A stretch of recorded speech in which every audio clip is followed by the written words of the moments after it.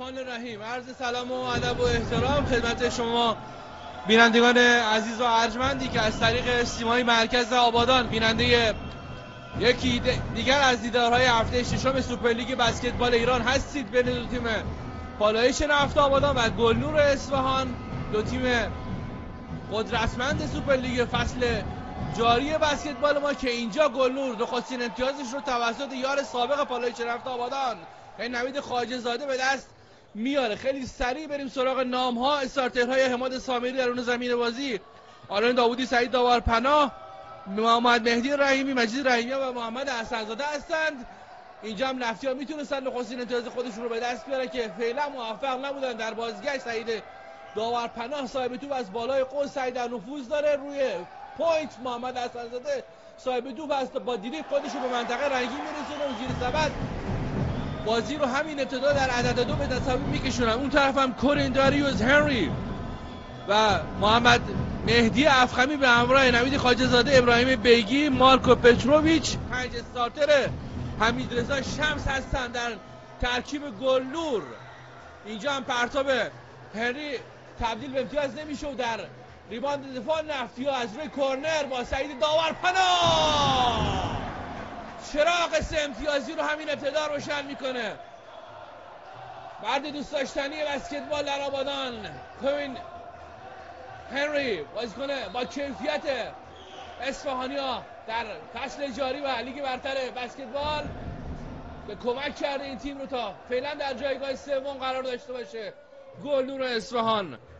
قضاوت این دیدار هم بر عهده روزبه کلاهدوز از سرداور این دیداره و محمد کاظمیان به عنوان داور اول و مهران رضایی هم داور دوم هستن و کلاهدوز رو به امر قضاوت یاری میکنن. ناظر و نماینده فدراسیون هم جناب آقای محمد عذرخواهی میکنم مهدی معینی هستش. یک بار دیگه هنری سعی در صاحب توپ کردن ابراهیم بیگی رو داشت که موفق نبودن، کات کردن نفتی‌ها و ترنوور میدن به زرتپوشان آبادانی تا اونها یک حمله رو ترتیب بدن. این طرف هم در کنار حمید رضا شمس سرمربی تیم گلنور آقای شعبانی و 5 فولادگران او رو در کمک رسانی و اسیست یاری میکنن. روی ویک نوید خواجه زاده به کاتر میاد و در اون منطقه رنگی زیر سبد این طرف پتروویچ رو صاحب توپ کرد که اعلام تخلف گام های اضافه از پتروویچ اضافه اعلام میشه و توپ در اختیار طلای پوشان پالایش نفت آبادان قرار میگیره روی بیس. از همین ابتدا بازی داغ و پر حرارت و پرتنش آغاز شده. یه معرفی هم داشته باشیم نسبت به داوران میز که آقایان دانیال تیاور مسئول تایم، خانم شمایل آببرین متصدی 24 ثانیه، امیر میرجه متصدی اسکوربورد و آقای سیاوش خداداد متصدی DSS در این دیدار خواهند بود. نفتی‌ها با آرون داوودی یه چرخ زیر سبد منطقه رنگی و سوت داور به نشانه این طرف تخلف گام‌های اضافه یا خطای شال متوجه نشدم. در هر صورت توپ از روی ساید در اختیار مشکی پوشان گلنور اصفهان قرار میگیره. هنری، کورین هنری خودش یه تنه این طرف کمک میکنه بهش بیگی تا توپ وارد سبد بشه، اما هر دو نمیتونن این کار انجام بدن. محمد حسن‌زاده یه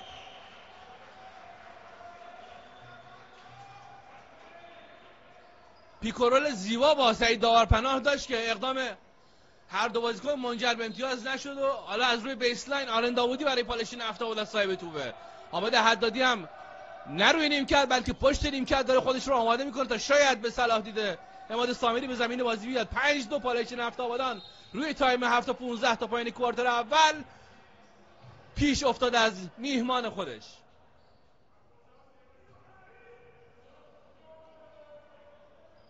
پتروویچ تا اینجا کار یک استیل رو برای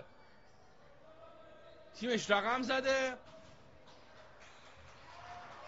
و در ریباند ها هم نفتی ها فعلا دست بالا رو در اختیار دارن. داورپناه به کورنر، حسن‌زاده اوپن شات بود نزد، حالا باید نفوذ کنه، به زیر سبد میاد و توپی که با تنه پتروویچ به بیرون میره و زرد رنگ باقی میمونه.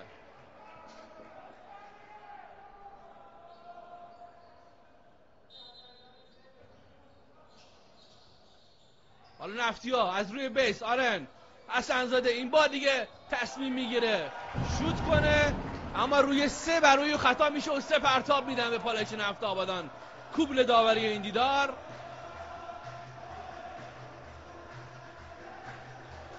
داور اینجا اعلام میکنه که خطای شارژ برای محمد حسن‌زاده داخل قوس بوده و 2 پرتاب به نفتی‌ها میده. من این زاویه رو دید نداشتم، متوجه نشدم که داخل قوس بود یا خارج، اما 2 پرتاب برای پالایچ نفت آبادان حالا اعلام میشه توسط همین چهره.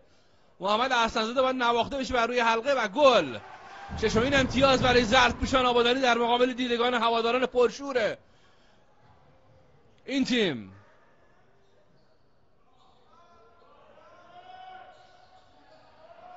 دوم پرتابش رو موفق نیست وارد سبد کنه حسن‌زاده. کورین هنری به پتروویچ. پیکورال این دو بازیکن منجر به کسب امتیاز نمیشه.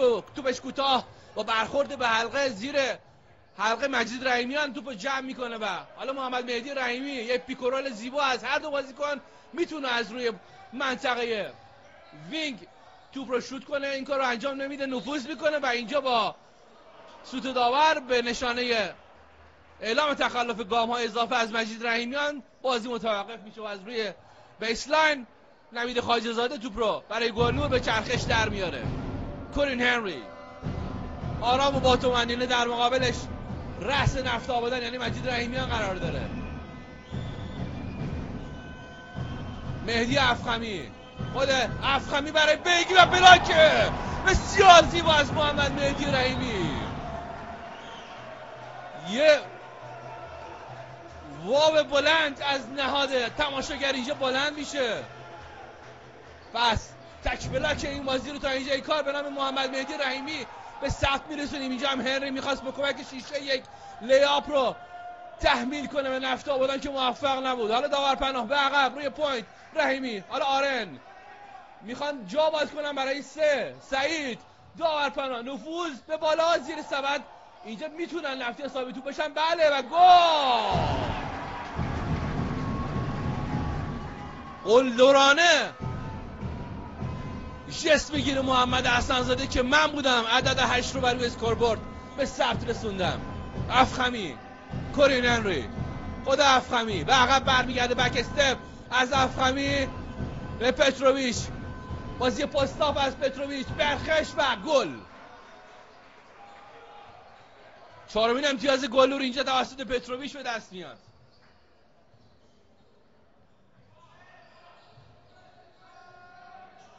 ببینید چه بلاک زیبایی محمد مهدی رحیمی اینجا صورت داد. بازی برای نفت پشت قوس گلنور ادامه داشت که داور سوت رو زد و بازی رو متوقف کرد و باز هم متوجه نشدم چه اتفاقی داره میفته. این طرف هم آمار رو باید چک کرد، هم اسکوربورد، هم اتفاقات بازی و هم پیرامون و حواشی بازی. اینجا هم محسن مرادخانی وارد زمین میشه و جاش رو محمد حسن‌زاده به او میده. کورین هنری در رأس برای گلنور. نوید خواجه زاده برای افخمی. شوت و 3 امتیازی که ولی راحت به تور حلقه میچسبه. 8-7 روی تایم 57 ثانیه تا پایان کوارتر 1. آرن داودی اینجا نفتی باید از فشار در بیان. داودی یه چرخش، اقدام میدرنجی که تبدیل به امتیاز نشد و همون اینجا بازی رو متوقف کردن. نفتی ها نذاشتن فست بره که گلنور رقم بخوره.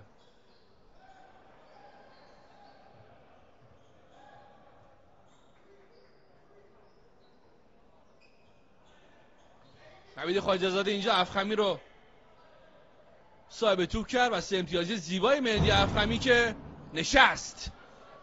کورین هنری از هر دو بازیکن خارجی خودش استفاده کرده. آقای شمس در ترکیب استارترهای تیمش. افخمی یه بار دیگه چرخش بالای قوس، سعی میکنه هنری رو صاحب توپ کنه. یه توپ روایی زیبا از سعید داورپناه که منجر به کسب امتیاز 9 برای پالایچ نفت آبادان میشه. نیمکت نفت آبادان هم پرباره. نوید رضایی فر، حسین مکاریان، حامد حدادی محمد احسن‌زاده و حالا پتروویچه که شانسش رو برای زدن سه امتیازی امتحان میکنه و ناموفق است. مجید رحیمیان تا زیر حلقه توپ رو میرسونه به محمد مهدی رحیمی و او هم امتیاز 12 رو برای پالایش نفت آبادان به دست میاره. از همین ابتدا بازی رو پرتنش، پرهیجان و با کیفیت هر دو تیم آغاز کردند. احسن‌زاده در 5 دقیقه اول 2 خطای فردی ازش سر زد که حماد سامری او رو به بیرون کشید.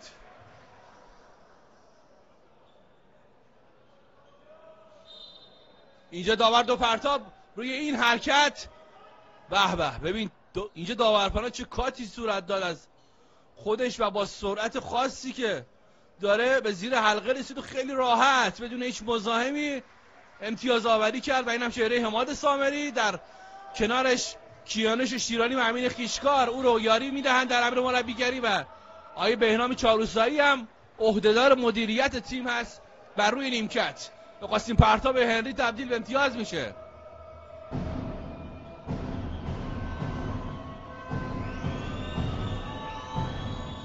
و دومین پرتاب هنری که روی تک خطای آرن داوودی برای تیم گلنور تبدیل به گل شد. حسین مکاری هم برای پالایش نفت آبادان وارد بازی شد و جاش رو به آرن داوودی داد که در رأس برای نفتی کار میکرد. نوید با سرعت زیر حلقه و نمیتونه این گل نشه.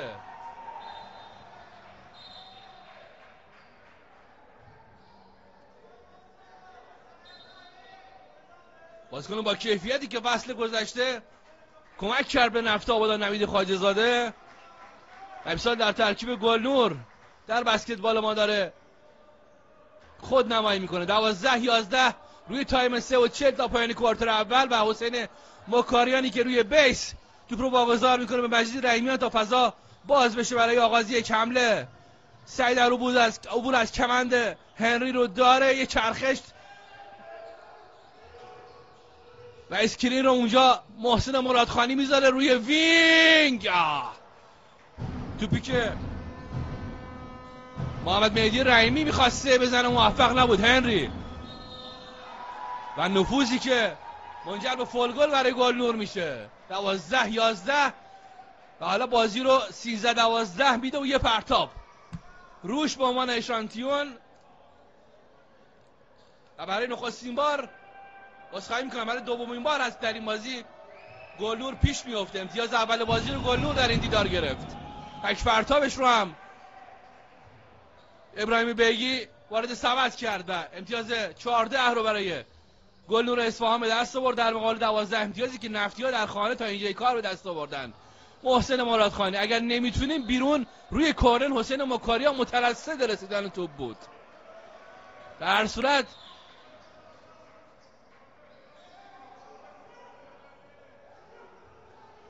بازی برای گلنوره. 14-12 3 دقیقه تا پایان کوارتر اول. خیلی تیم چغریه این گلنور. اگر نفتی‌ها بتونن بازی خودشون مقابل شهرداری گرگان رو تکرار کنن در خانه، میتونن این تیم رد سوم جدول رو از مقابل بردارن. از روی پوینت شوت میکنه افخمی و اینجا اعلام خطای حمله از بازیکن پالایش نفت آبادان که حسین مکاریان باشه. روی هنری خراب شد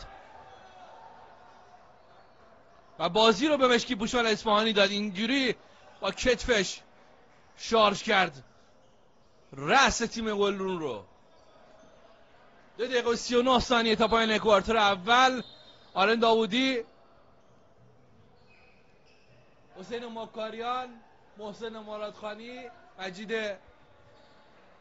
محمد مهدی رحیمی و محمد احسن‌زاده بازیکنایی هستن از نفت آبادان که فول مرتکب شدن. اون طرف خواجه‌زاده و بیگی فقط مرتکب فول هستن در تیم گلنور. داره هوشمندانه کار میکنه گلنور. اینجا میرفت بالا روی کورنر هنری رو صاحب توپ کنن که بلند بود و قد کوتاه این بازیکن اجازه نداد که گلون یه فرصت خوب 3 امتیازی رو داشته باشه. نوید خواجه زاده، عذرخواهی میکنم، نوید رضایی فر هم برای پالایشی نفت آبادان به زمین بازی میاد. داورپناه چرخش زیر حلقه، انتظار فول گل رو داشت اما 2 امتیاز رو گرفت.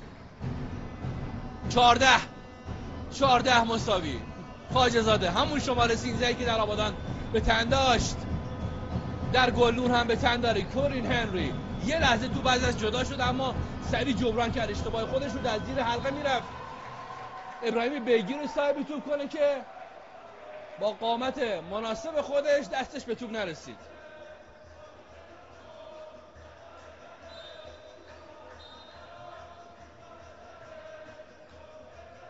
یک دقیقه و 56 و پتروویچی که برای گلنور به زمین بازی برمیگرده و ابراهیم بیگی رو میکشه بیرون.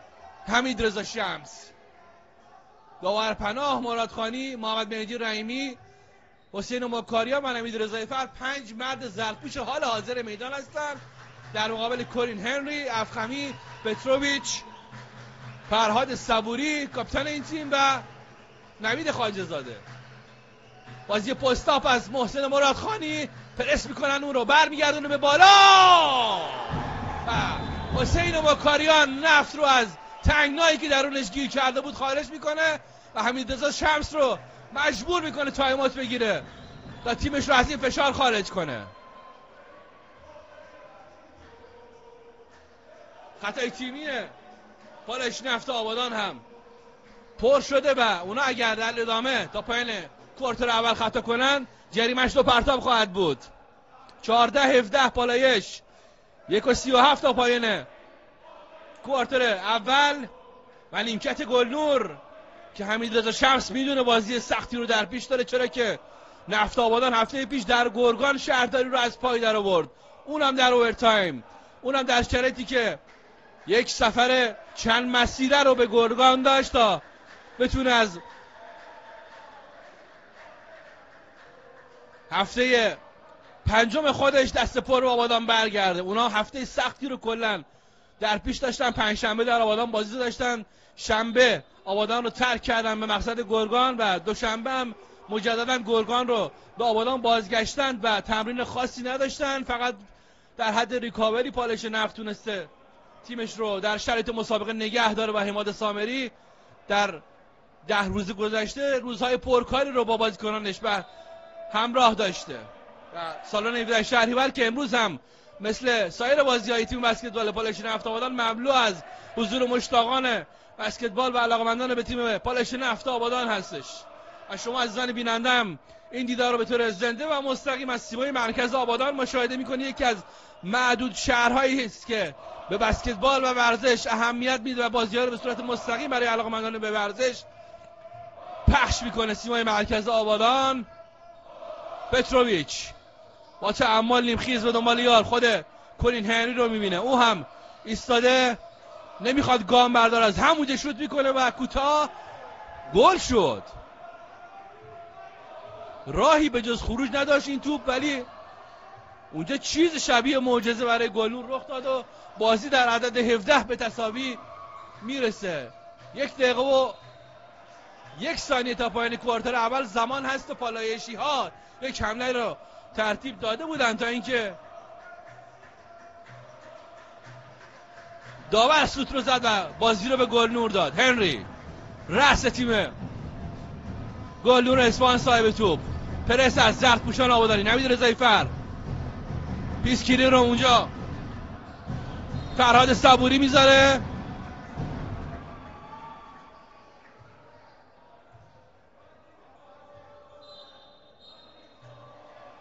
و آرن داوودی که برای پالایش نفت آبادان به زمین بازی میاد به جای سعید داورپناه. این طرف هم داور بازی رو به نفع پالایش متوقف کرد. حسین مکاریان بازم از همون نقطه‌ای که تخصص داره، پستاپ از محسن مرادخانی و موفق یه سر و دست بالاتر از بازیکن گلنور توپ رو وارد سبد کرد. 19-17 و 30 ثانیه پایانی کوارتر اول. یه شوت منطقه‌ای و بلاکی دیگر از محسن مرادخانی که دو پرتاب و در ورای حرکتش به گلنور میده.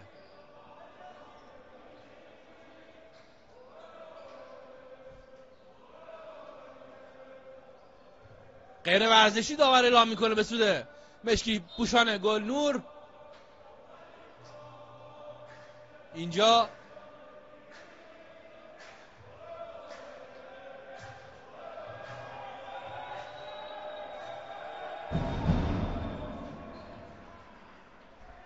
پرتاب اول فرهاد صبوری کاپیتان تیم وارد سبد شد.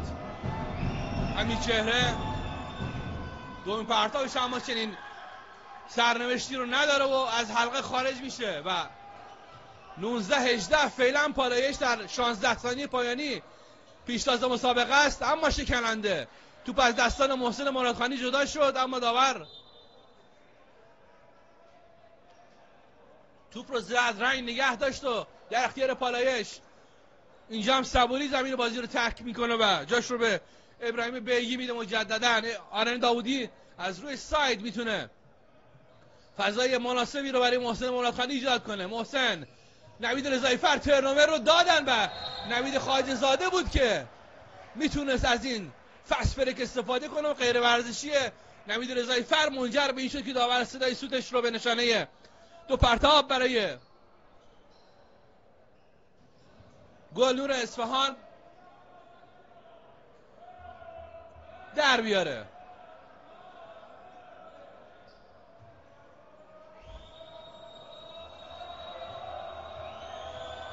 پرتاب اول نوید خواجه زاده راهی به حلقه پیدا نمیکنه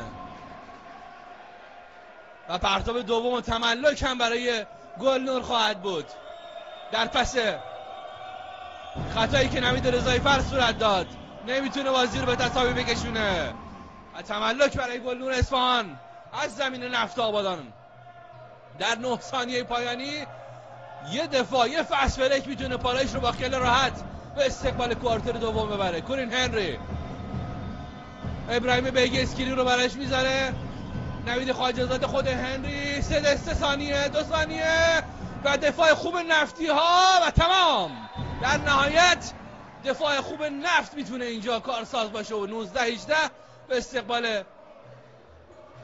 کوارتر دوم برن. در خدمت دبیر محترم هیئت بسکتبال منطقه آزاد اروند هستیم تا ببینیم آخرین اخبار و خبرها از بسکتبال این منطقه و شهرهای آبادان و خرمشهر چیست. جناب آقای حسن رشادی، سلام، وقت شما بخیر. بسم الله الرحمن الرحیم. عرض سلام بنده رو پذیرا باشید جناب آقای دایلی، گزارشگر توانمند و محبوب آبادانی. امیدوارم که این بازی رو هم نماینده شایسته و محترم شهر آبادان، هیئت بسکتبال منطقه آزاد اروند یعنی پالایش نفت آبادان با موفقیت و فاصله امتیازی خوب به پایان برسونه.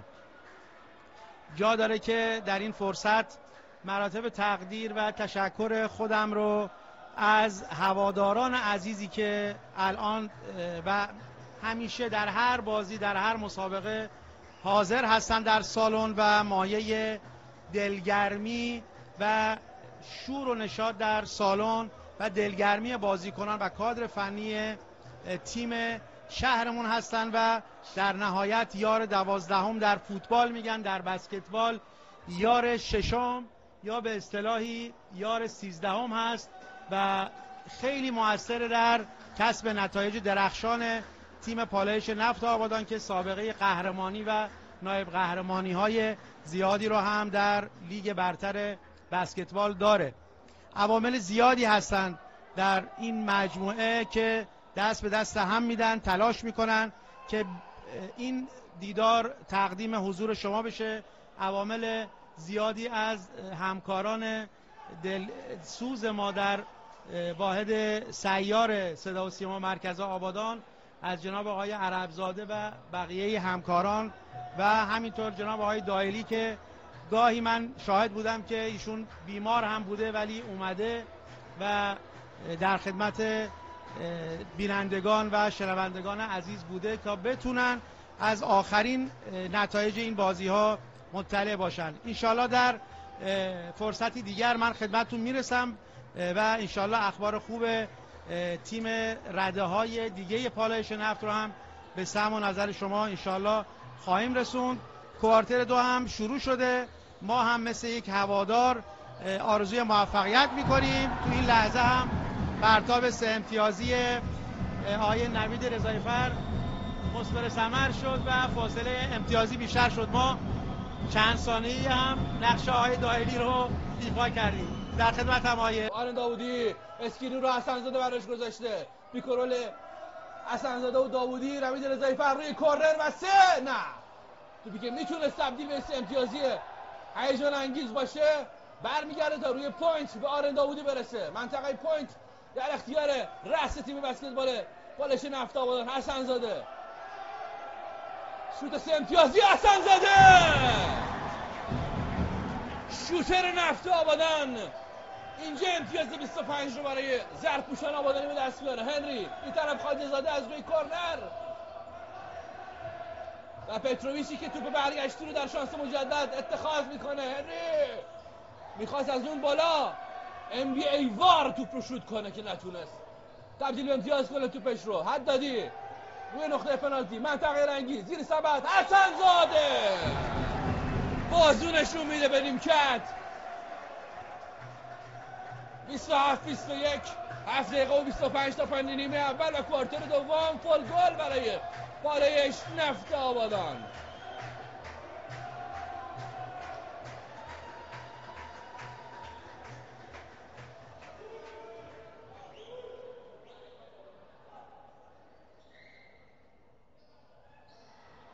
توپ حسن‌زاده منجر به کسب امتیازی 28 برای آبادانی ها نمیشه و کورین هنری در رأس برای گلنور تا منطقه پوینت به جلو میاد. نوید خواجه‌زاده پیکورال با پتروویچ، او هم برای ابراهیم بیگی که او از فاصله همین اندک هم نمیتونه میدرنجش رو وارد سبد کنه. کورنر نوید رضاییفر یه بار دیگه حدادی. وای که چه توپی. تبدیل به امتیاز نشد از حامد حدادی. گل نکردنش سخت‌تر بود و حدادی هم کار سخت رو انتخاب کرد و در نهایت 2 پرتاب رو برای تیمش به دست آورد.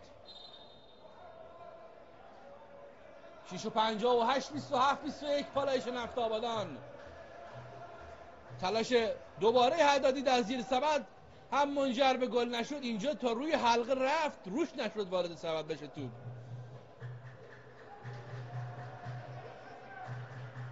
امتیاز 28 توسط حدادی برای نفتی ها به دست میاد.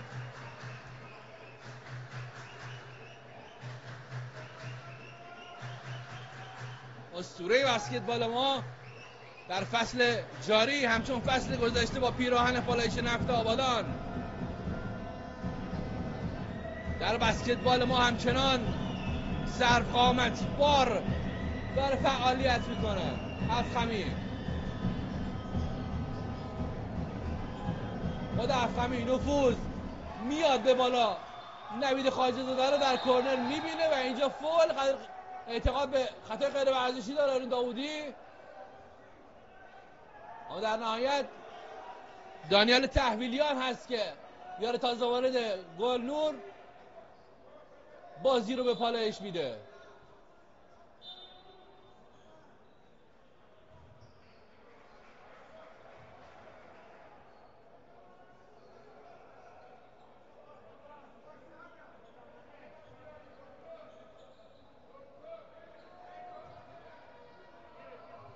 داودی آرن،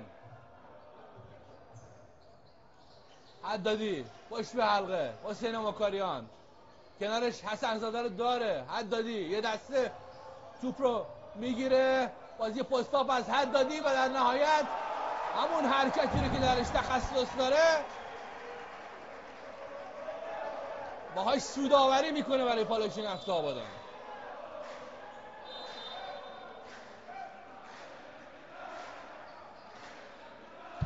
این طرف حمید رضا شمس، امتیازی که گلنور تا اینجا کار به دست آورده.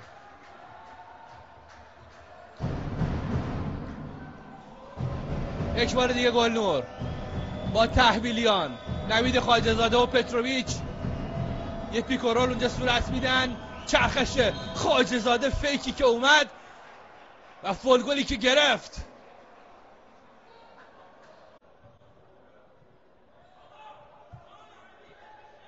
نوید خواجه زاده ببینید چجوری اینجا فیک اومد چرخید، قشنگ دریبل زد با بدن، بازیکن نفره که آرن داوودی باشه و یک پرتاب هم اشانتیون گرفت از این حرکت. نوید رضاییفر توپ ناموفق نوید خواجه زاده رو جمع میکنه در زیر سبد و حدادی حالا نوید رضاییفر رو براش فول گل میسازه. امتیاز 33 در مقابل 23 امتیاز گلنور و یک پرتاب هم برای نفت آبادان اعلام میشه.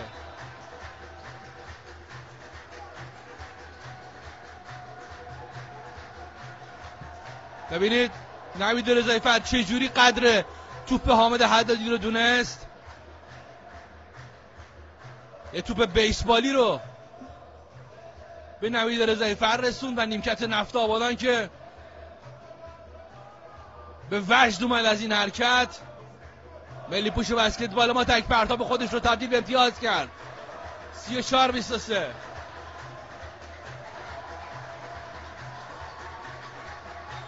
کورین هنری تحویلیان و ترنووری که میدن تا حسن‌زاده برای ماکاریان توپ بسازه. حسین ماکاریان توپش این طرف به داوودی و نوید رضاییفر نمیرسه. عجب توپی میشد اگر روی قوس به دو بازیکن زردپوش میرسید. تحویلیان اینجا مجددا زمین بازی رو ترک میکنه و جاش رو به نوید خواجه زاده میده. روی بیس آرن داوودی برای نفت آبادان. حدادی بالاترین دست رو در زمین و در سالن در اختیار داره. نوید رضاییفر 3 امتیازی که نفتی ها رو به اختلاف امتیازی 13 میرسونه یا 14 امتیاز خلاف حاکم در میدان، اونم در نیمه اول. 5:27 تا پایان کوارتر 2. کورین هنری، کورین داریوش هنری نام کامل اوست. خود کورین همچنان صاحب توپ چسبیده توپ به دستاش و فرصت تملک 24 ثانیه گلنوری ها در پی دفاع خوب نفتی ها اینجا به پایان میرسه. ببینید چجوری نوید جامپ شاتش رو تبدیل به امتیاز میکنه، اینجوری لول خودش رو نشون میده بازیکن ملی پوش بسکتبال ما حسن‌زاده. بغل به حلقه است نوید به حامد، پیکورالش به حامد روی 3 حسین ماکاریان.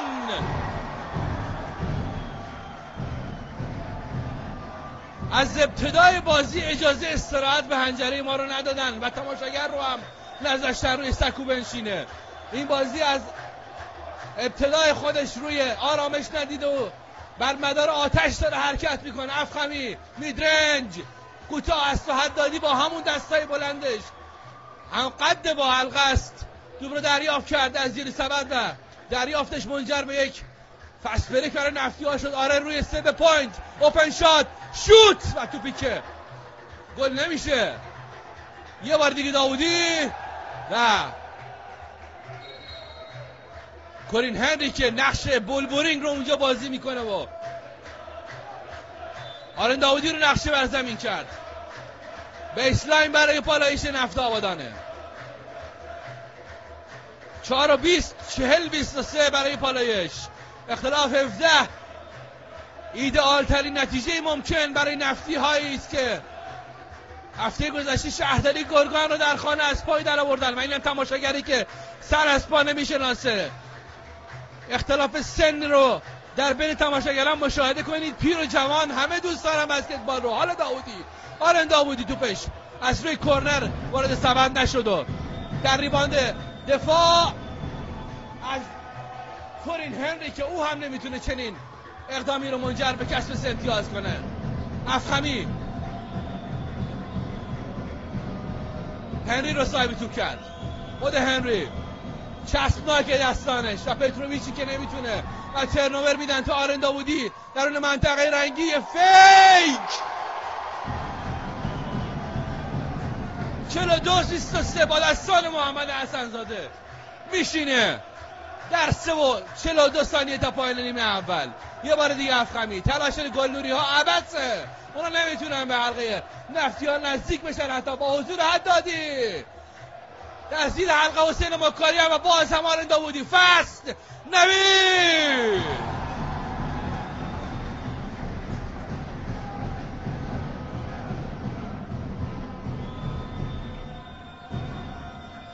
هنری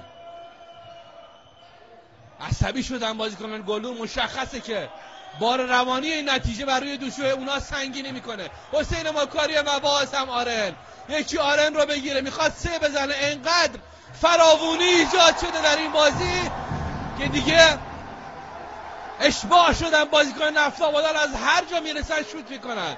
زیر سبد، بالای قوس، کورنل، پوینت، وینگ، کاتر، از هر جا توپ دستشون بیاد شوت میکنن. فرهاد صبوری شانسش رو برای گلور امتحان میکنه و باز هم ناموفق و مستحصل. عصبی شده حمید رضا شمس رو نیمکت و بازیکنش رو فرا میخوره به کنار زمین. باور میکنین 47-23 و اختلاف 24 امتیازی در این بازی حاکمه، اونم در نیمه اول در فاصله 2 دقیقه و 46 ثانیه تا پایین کوارتر 2. هنوز یادمون باشه 2 کوارتر دست نخورده از این بازی باقی مونده. متصدی سالن هم اون طرف نم موجود بر زمین رو پاک میکنه و توپی که در دستان بازیکن پالایش نفته به قصد رهایی از آغوش بازیکنان پالایش رو نداره. ببینید آرن داوودی چجوری با پشت دست توپ رو برای محمد حسن‌زاده ساخت تا او هم به این زیبایی آخرین امتیاز 2 امتیازی نفتی‌ها رو تا اینجای کار بگیره.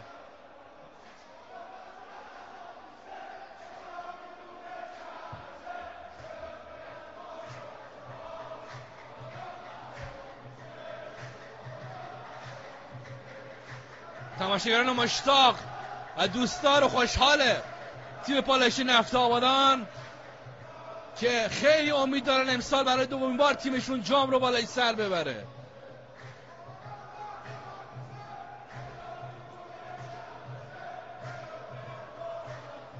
خب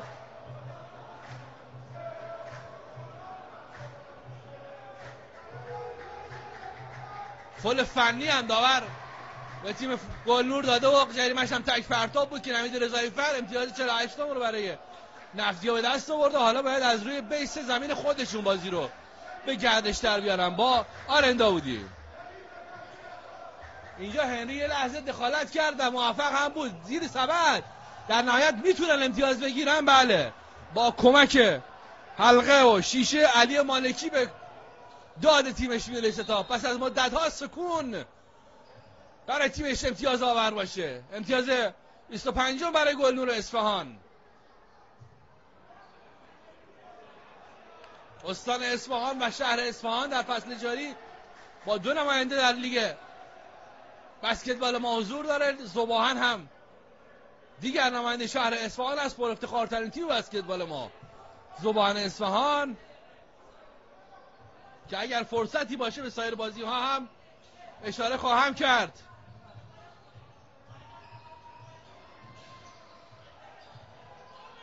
نفتی ها با محمد حسن‌زاده با آرامش خاصی حدادی توپ رو در اختیار میگیره. روی پوینت نوید رضایی فر، جامپ شات کوتاه.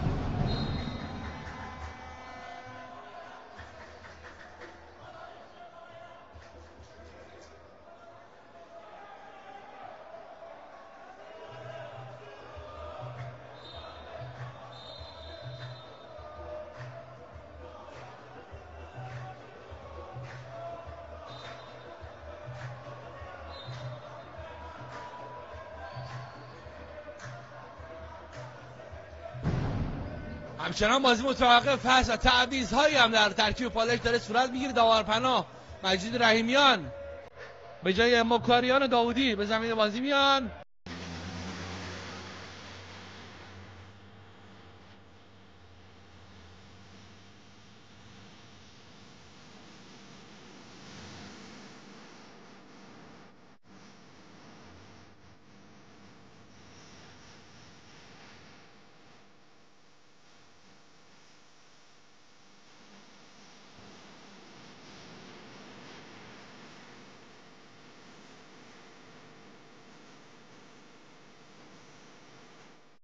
چند در خدمت شما خواهیم بود با گزارش نیمه دوم و کوارترهای سوم چهارم دیدار تیم‌های پالایش نفت آبادان و گلنور اصفهان در چارچوب هفته ششم از سوپرلیگ بسکتبال ایران که نیمه اول این دیدار با نتیجه 52-33 به سود پالایش نفت آبادان به پایان رسید. کوارتر اول رو نفتیار 19-18 بسیار نزدیک به سود خودشون به پایان بردن، اما کوارتر دوم اوضاع کاملا متفاوت بود و بازی در قبضه زردپوشان آبادانی بود. تا اینجای کار هم 54مین امتیاز هم توسط محمد مهدی رحیمی برای پالایش نفت آبادان به دست میاد. 33-15 اختلافی بود که در کوارتر دوم رقم خورد و اقدام مالکی هم اینجا منجر به امتیاز نشد و حالا مجید رحیمیان از کورنر قصد داشته 3 امتیازی رو برای پالایش نفت آبادان به ثمر بنشونه که موفق نبود. دوباره مالکی هست که در زیر ثمر توپ رو جمع کرد و یک حمله رو برای گلنور اصفهان تدارک میبینه. پتروویچ اسکرین رو برای هنری میذاره که در بازگشت توپ پتروویچ منجر به امتیاز شد یا نشد رو متوجه نشدم. داور به ثبت رسود امتیاز رو 54-35. بله یک بار دیگه هنری با توپ پر به زمین بازی برگشتن بازیکنان گلنور.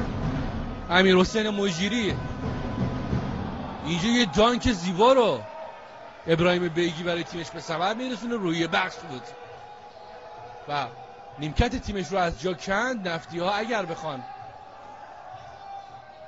بازی لحظات فعلیشون رو دنبال کنن قطعا گلنور تیمی نیست که وابده در ادامه و برای جبران به زمین بازی برگشته. 54-37 8 دقیقه و 5 ثانیه تا پایان کوارتر سوم و به نوعی 1 دقیقه و 55 ثانیه از نیمه دوم گذشته و محسن مرادخانی است که میخواد به زمین بازی بیاد. چهارمین خطای فردی محمد حسنزاده اینجا رقم میخوره و میره و روی نیمکت میشینه تا در کوارتر چهارم و به صلاح دید حمید سامری به زمین بازی برگرده. کورین هنری، پتروویچ، پستاپ، سعید در چرخش داره برمیگردونه به بالا تا ابراهیم بیگی استفاده کنه. مجددا مالکی به بالا برای پتروویچ، یه بار دیگه از روی 3 مالکی اقدام میکنه که موفق هست و در واپسین ثانیه‌های و زمان مالکیت توپ تیم گلنور موفق میشه امتیاز 39 رو برای تیمش به دست بیاره. اختلاف به 15 کاهش پیدا میکنه. کوارتر سوم معمولا برای تیم‌ها یک چالش هست و مجید رحیمیان اینجا 2 امتیاز از اختلاف امتیازات از دست رفته رو جبران میکنه. نیمه اول این دیدار آمارهای جالبی از خودش به جای گذاشت. جالبه که بدونید 72% از اقدام‌های 2 امتیازی پالایش نفت آبادان به ثمر نشسته و 41% از اقدام‌های 3 امتیازی این تیم هم سرنوشت مشابهی داشته. مجید رحیمیان از روی 3 قصد داشت جمع امتیازات تیمش رو به 59 برسونه که موفق نبود. اینجا هم خودش میاد دفاع میکنه و اجازه رسیدن توپ به پتروویچ رو نمیده.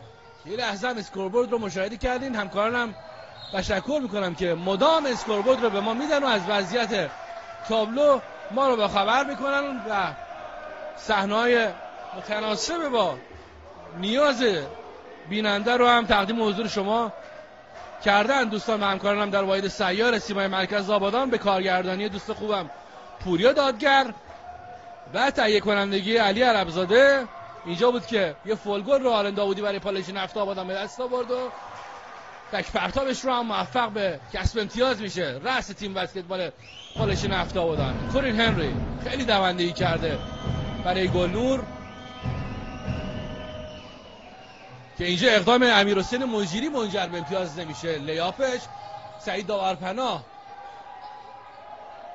کاپیتان درون زمین تیم پالایش نفت آبادان یه پیکورول رو با آرن داوودی صورت داد، موفق نبودن. به بالا حالا محمد مهدی رحیمی رو صاحب توپ گل از روی نقطه پنالتی آرن داوودی 2 امتیاز برای نفت آبادان به دست میاره. امتیاز 61 برای زردپوشان آبادانی. مجددا اختلاف رو به 20-22 افزایش میده. پتروویچ اسکرین رو برایش میذاره. هنری خودش از روی منطقه پوینت نفوذ دریبل به بالا برای مالکی. خود مالکی دریبلش موفق به پرتاب نمیشه و بلاک محسن مرادخانی. بازی رو به پالایش نفت آبادان میسپاره. تا اینجای کار امتیاز آورترین بازیکن مسابقه محمد حسن‌زاده بوده با 12 امتیاز. رضای فر هم با همین تعداد امتیاز وضعیت خوبی داره. 11 تا هم هنری گرفته در مقابل 9 تایی که پتروویچ به دست آورده. یه بار دیگه آره داوودی به بالا روی منطقه پنالتی و محسن مرادخانی امتیاز 63 رو برای پالایش نفت آبادان دست میاره. جمع ریباندهای پالایش نفت آبادان هم 17 تاست که 8 تاشو حسن‌زاده رقم زده و پاس منجر به گل‌های حامد حدادی بیشترین تعداد رو از آن خودش کرده با 4 پاس منجر به امتیاز و یک بار دیگه توپربایی و ترنوور از گلنور و مجید رحیمیانی که توپ رو میکاره با لیاپ زیباش روی سبد و حمیدرضا شمس رو مجبور میکنه که تایمات بگیره. مجددا اختلاف رو بیشتر میکنن نفتی‌ها. 65-39 و 26 امتیاز اختلاف. بعد امتیازی مناسبی برای گلنور در راستای جبران نیست و اونا به خوبی میدونن ادامه کار براشون در آبادان بسیار سخته.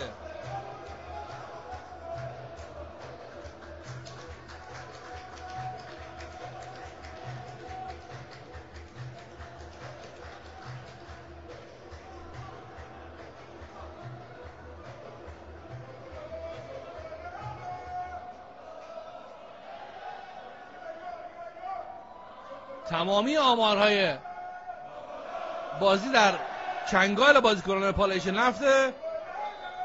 حسن‌زاده 12 امتیاز، حسن‌زاده 8 ریباند، داوودی 4 پاس منجر به گل، حدادی هم 4 پاس منجر به گل، 1 بلاک هم رحیمی که اینجا فکر میکنم اشتباه وارد شده باشه. آمار بلاک رو محسن مرادخانی صورت داد.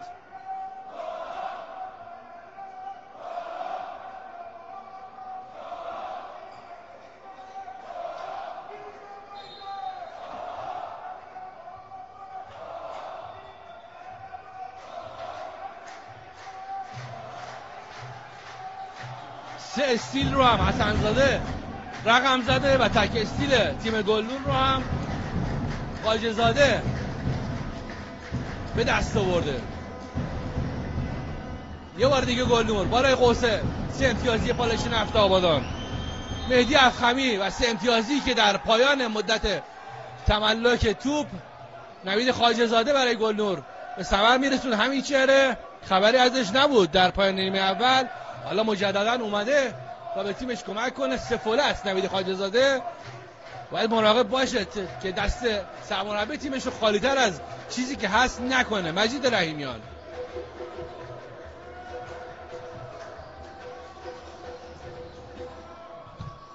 دریبلای رحیمیان منجر به رسیدن توپ به سعید داورپناه میشه.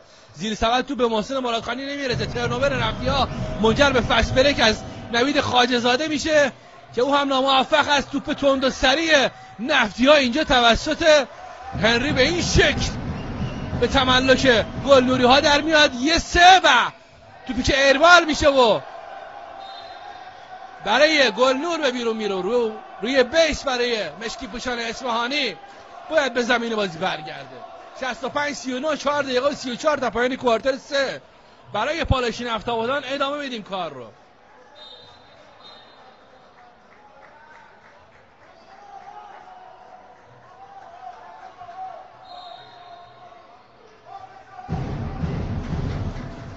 هنری افخمی رو صاحب توپ میکنه، او هم هنری رو تصمیم میگیره پیکورول رو باش ادامه بده. این طرف پتروویچ میدرنجش منجر به امتیاز نشد. پتروویچ کیفیت یک بازیکن خارجی رو نشون نداده در این دیدار. آرش مرادی جوان برای پالایش نفت به زمین بازی میاد. آرن داوودی روی پوینت 3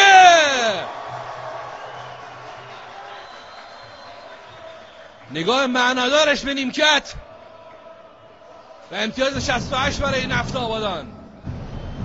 اختلاف کمی کمتر از 30 امتیاز. خواجه زاده پستاپ برای پتروویچ، میدرنج و باز هم نمیتونه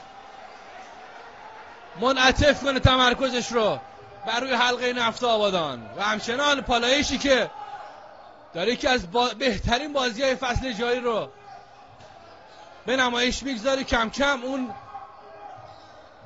قوام تیمی رو به دست آورده ترکیب تیم عماد سامری و بعد از پیروزی که مقابل شهرداری گرگان به دست آورد و البته نمایشی که در مقابل طبیعت از خودش به جای گذاشت و ستایی کردن فولاد هرمزگان، حالا گلنور رو داره جوری میبره که اصلا امکان جبران برای این تیم وجود نداره. 2 تا میگیرن پشتش 12 تا 10 تا دریافت میکنن و صحنه‌های زیبای این بازی که توسط کارگردان خوب برنامه‌های پوریا دادگر داره تصویر کشیده میشه تا شما بیننده عزیز لذت ببرید از بسکتبالی که داره برگزار میشه در هفته ششم سوپرلیگ بسکتبال ایران و تماشاگری که داره از یک بازی زیبا از نزدیک لذت میبره و داورانی که دارن IRS رو چک میکنن در صحنه اخیر تصمیم بهتری رو بتونن بگیرن. 3 دقیقه و 32 ثانیه تا پایان کوارتر سوم. 68-39 29 امتیاز اختلاف و نیمکت پالایش نفت آبادان که روز آرومی رو داره پشت سر میگذاره.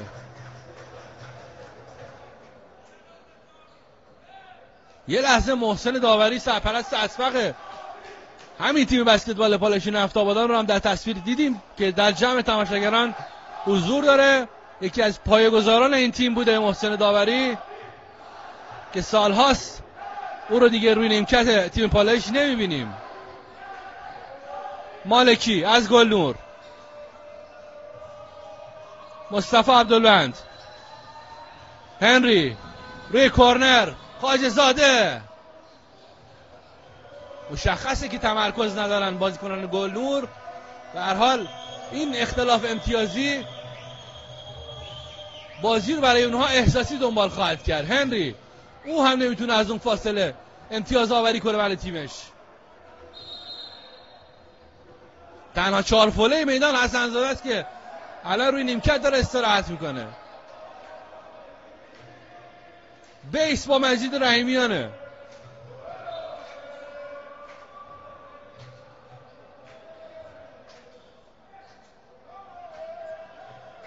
داور اجازه آغاز بازی رو نمیده و با کمی تأمل توپ رو تحویل مجید رحیمیان میده.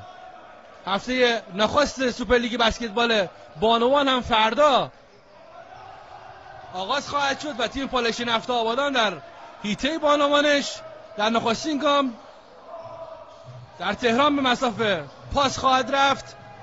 فولاد هرمزگان هم با آکادمی صحت دیدار میکنه و بهمن با فراور شریف دیدار خواهد کرد و داتیس و گاز هم 4مین بازی فرداست که از ساعت 11:14 آغاز خواهد شد. یک بار دیگه از روی کورنر با گلنور ایربال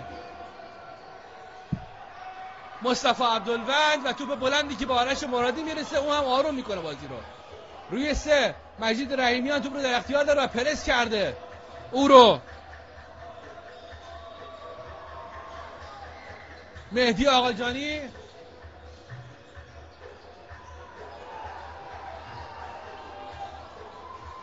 یک بار دیگه نفتی اقدامشون نمیتونه منجر به امتیاز بشه. آرن داودی باشگاه پالایش نفت آبادان فردا در رشته فوتسال هم در هیته بانوان قرار بود به مصاف مهر اعزام بره که با انصراف تیم مهر اعزام فوتسالیست های بانوی تیم نفت آبادان فردا به استراحت خواهند پرداخت و فرصت صدرنشینی رو فعلا از دست میدن. اگر سایپا فردا در بازی خودش امتیاز از دست میداد، نفتی‌ها میتونستن با پیروزی به صدر جدول لیگ برتر فوتسال بانوان برن که فعلا این اتفاق به تعویق میفته. بسکتبال بانوان رو هم توضیح دادم خدمتتون در هفته نخست و 2 پرتابی که اینجا داور به عذرخواهی میکنم توپی که روی بیس به نفتی ها میده و 2 امتیازی که مجید رحیمیان با چاشنی فول گل برای نفت آبادان به دست میاره. خیلی راحت در مقابل سبد ایستاد، دریافت کرد و امتیاز 70 رو به دست آورد. بیگی هم به جمع 4 فوله های میدان اضاف میشه و میره اون رو نیمکت بنشینه. محدودیت خطای تیمی گلنور هم در کوارتر سوم به پایان رسیده. تک پرتاب رحیمیان هم نمیتونه منجر به امتیاز بشه. امتیاز 70 و 31 امتیاز اختلاف. مالکی از همونجا یه تنه به حلقه نفت آبادان زد و موفق هم بود. 70-41. تنها 1 دقیقه و 35 ثانیه تا پایان کوارتر 3. رحیمیان، حسین مکاریان، خود حسین یک و تنها به سبد میزنه و 2 پرتاب حاصل دسترنج او برای نفت آبادان هست.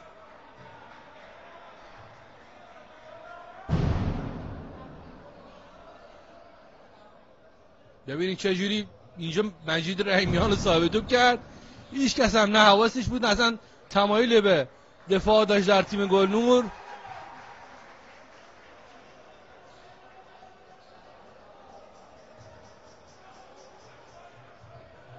اینجا اختلاف به 30 برمیگرده و حالا 31 اختلاف. 72-41 روی تایم 1 و 26 تا پایان کوارتر 3.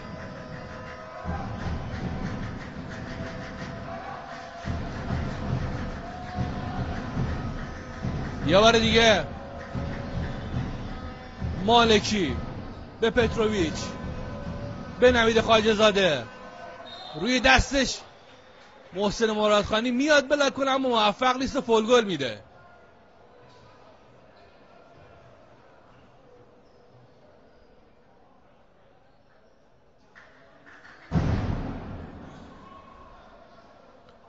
قشنگ مشخصه حماد سامری حامد حدادی رو تو آب نمک خونده برای روزای سخت و در چنین بازیایی که اختلاف امتیازی مطمئنی ایجاد میشه و او استراحت میده.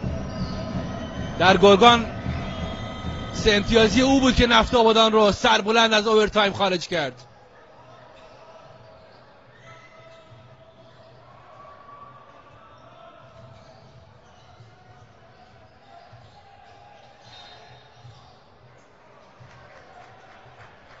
یک بار دیگه توقف بازی و توپی که زرد رنگ حسین مکاریان پشت 2 پرتاب خواهد ایستاد.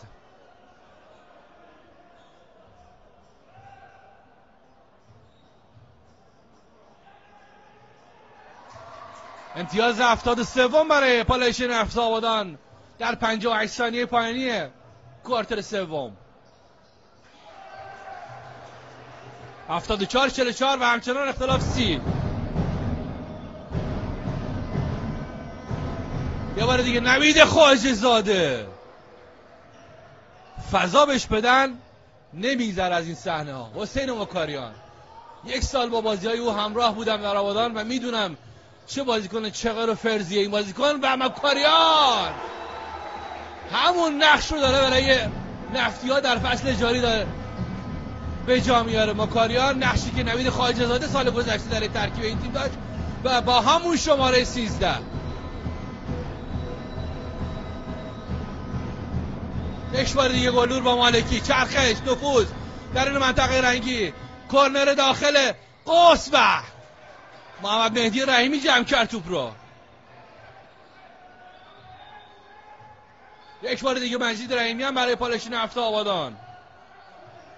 خود مجید به داخل قوس، میدرنج و توپی که منجر به امتیاز نمیشه. و حالا پایان کوارتر سوم با نتیجه 76-46 به سود پالایشی نفت آبادان. این کوارتر رو پالایشی ها 24-12 به سود خودشون به پایان بردند. سریع هم با آمار بزنیم. 15 امتیاز این بازی رو حسین مکاریان به نام خودش به ثبت رسونده در مقابل 11 امتیازی که هنری تونسته به دست بیاره. فعلا خبری از دبل در این بازی نیست، ولی یک کم صبر کنید این اتفاق رو خواهد داد. در این بازی یک کوارتر دست نخورده باقی مونده. حسن‌زاده 12 امتیاز برای نفتیا امتیاز آوری کرده. نوید رضایی‌فر هم همین تعداد امتیاز. آرن داوودی 11 تا، داورپناه 7 تا، اون طرف هم هنری 11 تا، خواجه‌زاده 9 تا، پتروویچ 9 تا، مالکی 8 تا،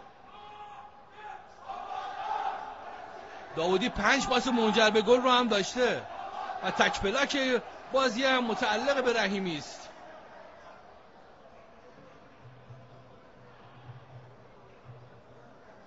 صحنه‌های زیبای این بازی رو مشاهده می‌کنید توسط بازیکنان دو تیم. رقم خورده به همکاران هم دارن به تصویر میکشن.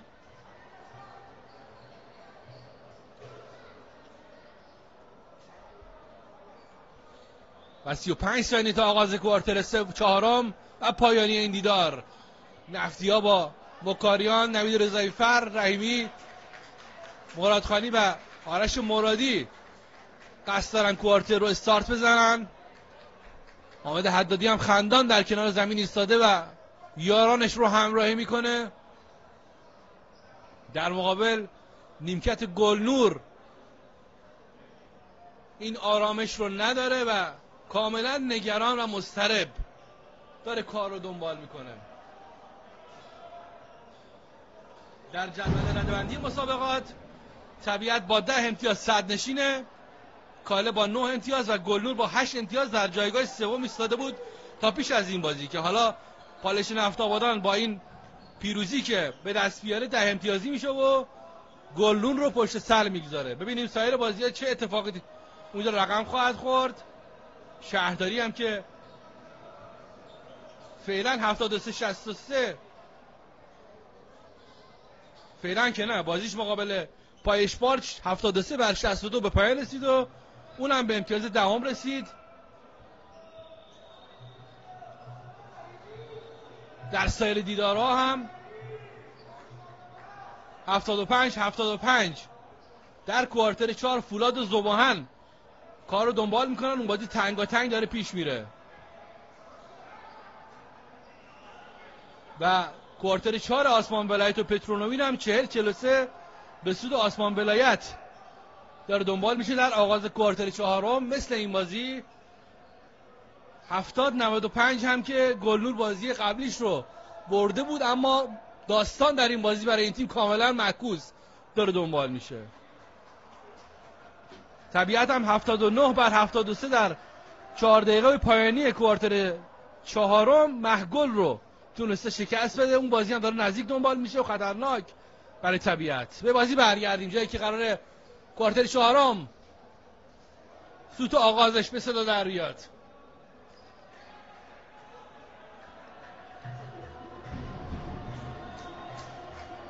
آبراژ گل خوبی رو میتونه پالایش در این بازی برای خودش به ثبت برسونه که اگر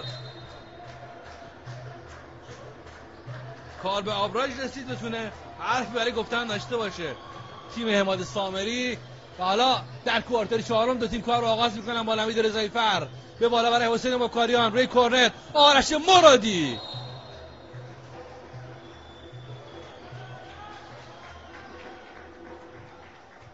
بیسلاین برای نفت آبادانه. تنها تیم بدون شکست مسابقات تا اینجای کار طبیعته که با 5 پیروزی در صدر فعلا. بازی امشبش رو هم که فعلا پیش افتاده حسین مکاریان، امتیاز آورترین بازیکن میدان تا اینجای کار، حفظ میکنه جایگاه خودش رو.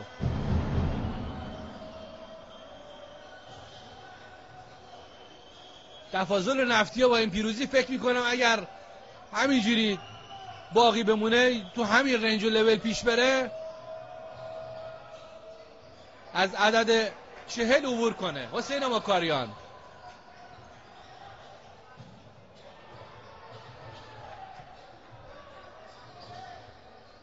نوید رضایی‌فر عجله ای نداره نفتی‌ها به دنبال یار مناسب. خود رضایی‌فر میاد و اقدام میکنه و توپش رو میکاره روی سبد، اما منجر به امتیاز نمیشه. امیرحسین مجیری اون طرف آقاجانی رو صاحب توپ کرد تا مالکی بتونه استفاده کنه که هر سه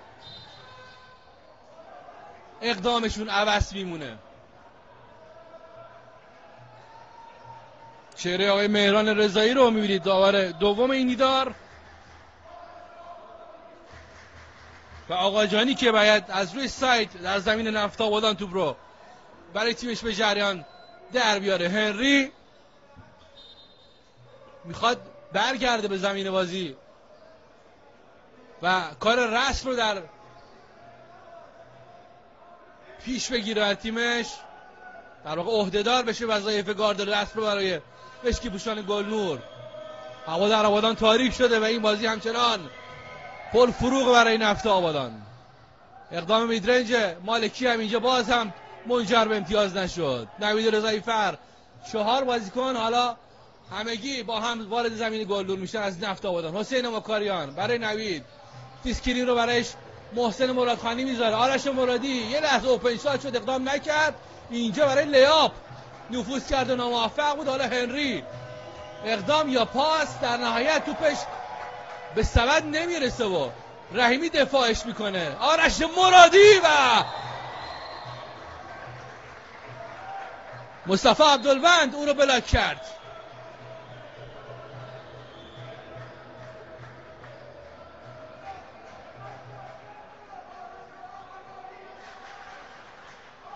ببینید اینجا آرش یه توپ با دست خیلی کار قشنگی انجام داد، یه دستی توپو گرفت، سگامش رو رفت، لیاپش رو هم صورت داد، ولی دیگه قدش یاری نداد که بتونه بر مدافع مستقیمش چیره بشه.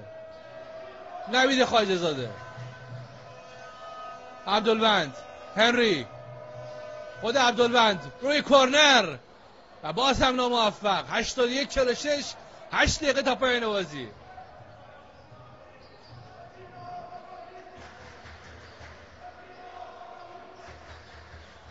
محسن مرادخانی در نهایت خودش به همراه توپ به بیرون میرن.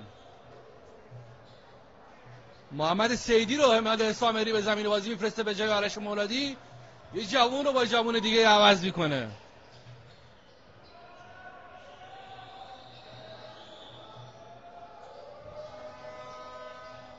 نوید خواجه زاده،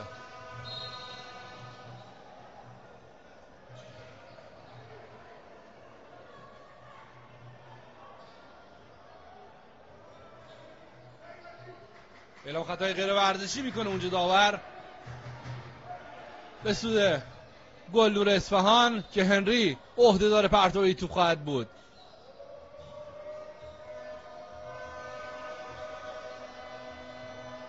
خواجه زاده یک بار دیگه چرخش دور قوس، نفوذ به داخل. عبدالوند همچنان صاحب توپ به خواجه زاده از روی کورنر و توپی که باز هم آورده ای برای مشکی پوشان گلنور اصفهان نداره. 81-46، 7 دقیقه و 29 تا پایان این دیدار. هر سه کوارتر رو نفتی ها به سود خودشون به پایان بردند.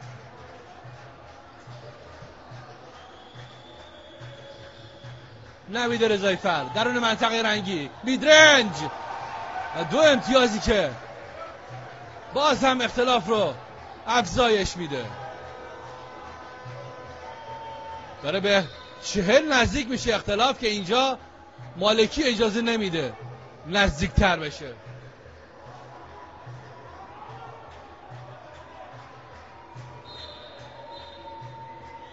داور امتیاز رو نمیپذیره و بیسلاین رو به گلنور میده. متین جانزینی جای محسن مرادخانی به زمین بازی میاد. دیگر جوان پالش نفت آبادان.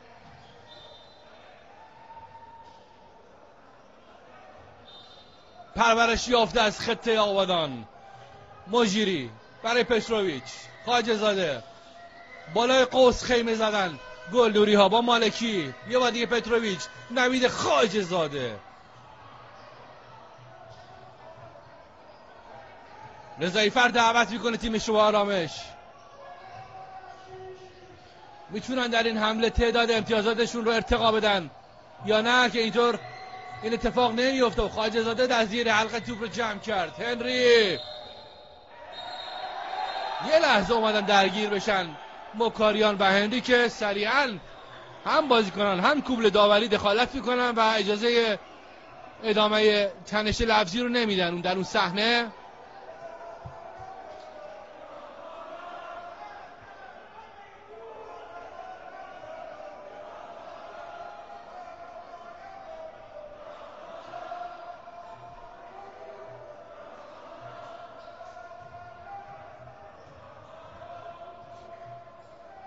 در این صحنه بود که یه لحظه دو بازیکن یک درگیری لفظی با هم پیدا کردن که سریعا قائل خاتمه پیدا کرد. داور به سراغ آیارس میره تا بتونه تصمیم بهتری در این صحنه داشته باشه. بازی هم متوقف هست و سالن سر صدای حاصل از تشویق تماشاگران رو لحظه ای خالی ندیده. حماد سامری بازیکنانش رو به کنار زمین فرا میخونه تا استراتژی ادامه بازی رو به اونها دیکته کنه. اعتقاد داشت که او رو شارژ کرده هنری. حسین مکاریان داورم همین صحنه رو داره. مکاریان که داره میگه من کاری نکردم، ولی خب هنری اعتقاد دیگه ای داره و برای تصمیم بهتر آیارس بهترین گزینه است. 83-46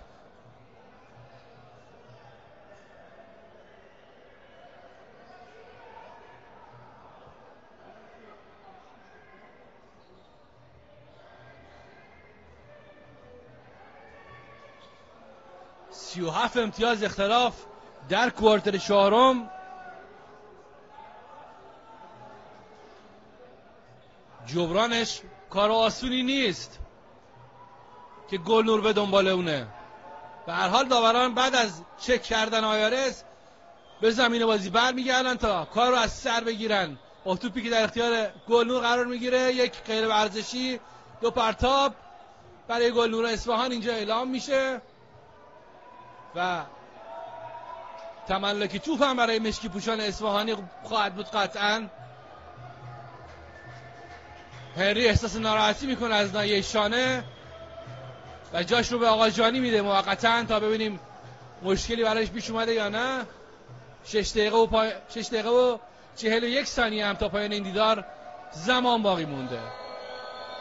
یک بار دیگه توپی که بازیکن جایگزین هنری وارد سبد کرد، دوم پرتاب هم باید روانه حلقه نفت آبادان کنه که هر دو پرتابش موفق هست. تملک تو برای مشکی پوشان اصفهانی با نوید خواجه زاده.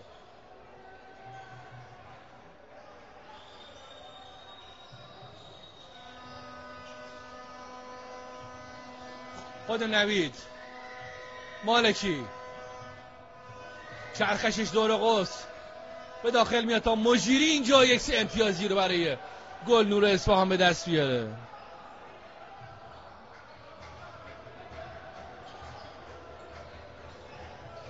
توپ از دستان متین جانزینی رها میشه تا یه ترنومه رو به نام خودش به صف برسونه.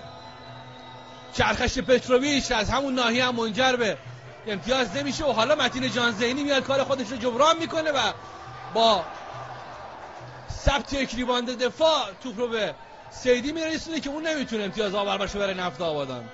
نوید خواجه زاده، گلنور روی خط سه با مجیری کمی هم از اضافه وزن رنج میبره این بازیکن.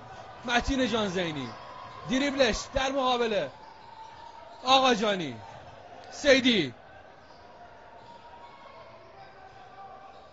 رحیمی، رضایفر به بالا برای متین جانزینی که توپ این بازیکن کات میشه و به کورنر میره.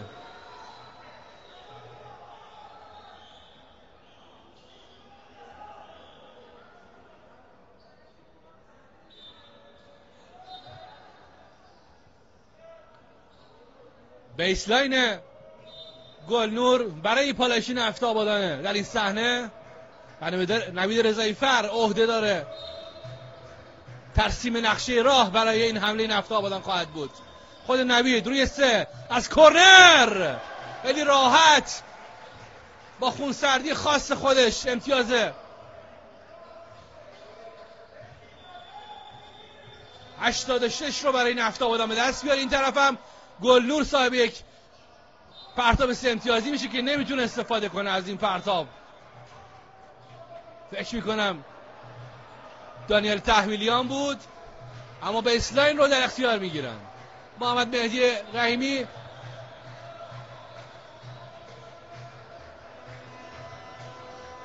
زمین بازی رو ترک کرد و جاش رو به محمد حسن‌زاده داد. دیگه ترسی از اخراج هم نداره و با آرامش بیشتری کار رو دنبال میکنه. 3 امتیازی دیگری از نوید خواجه‌زاده که منجر به امتیاز نشد. نفوذ بالا مالکی 3 دیگه و این دفعه دیگه میشینه. علی مالکی سرانجام مزد تلاشش رو با یک 3 امتیازی میگیره. گرچه دردی از دردهای بیشمار گلنور در این بازی دعوا نخواهد کرد. این پرتاب نوید رضاییفر پرتابش نمیرسه. این طرف حسین مکاریان رو کات کرد نوید خواجه‌زاده روی 3 به دنبال یار. اسکرین رو کسی براش نمیذاره، همه روی کرنر رو پشت خط ایستادن منتظر توپ و حالا دانیال تحویلیان هست که 3 امتیازی رو برای تیمش به دست میاره تا جمع امتیازات گلنور به عدد 57 برسه در مقابل 86 امتیازی که پالایشی نفت آبادان تونسته به دست بیاره. 4 دقیقه و 30 ثانیه هم تا پایان بازی زمان باقی مونده. حسن‌زاده و بیگی هم 4 فولهای میدان هستند. 19 18 33 15 و 24 13 3 کوارتری است که نفت آبادان به سوی خودش به پایان برده و صحنه آهسته آخرین امتیاز بازی که توسط دانیال تحویلیان برای گلنور به دست اومد. در جایی که باید ایستاد دریافت خوبی داشت و با تمرکز مناسب توپ رو تبدیل به 3 امتیاز برای تیم گلنور کرد. آیا نفتی‌ها میتونن یه 100 تا گیر دیگر رو در خونه رقم بزنن برای دومین بار پیاپی؟ و 3 امتیازی نوید رضاییفر که هر چقدر دستش رو کشید اونجا نوید خواجه‌زاده نتونست دفاع کنه او رو. متین جانزینی با حسین مکاریان صحبت میکنن که داور اجازه ادامه مشورت رو به اونا نمیده. مجید رحیمیان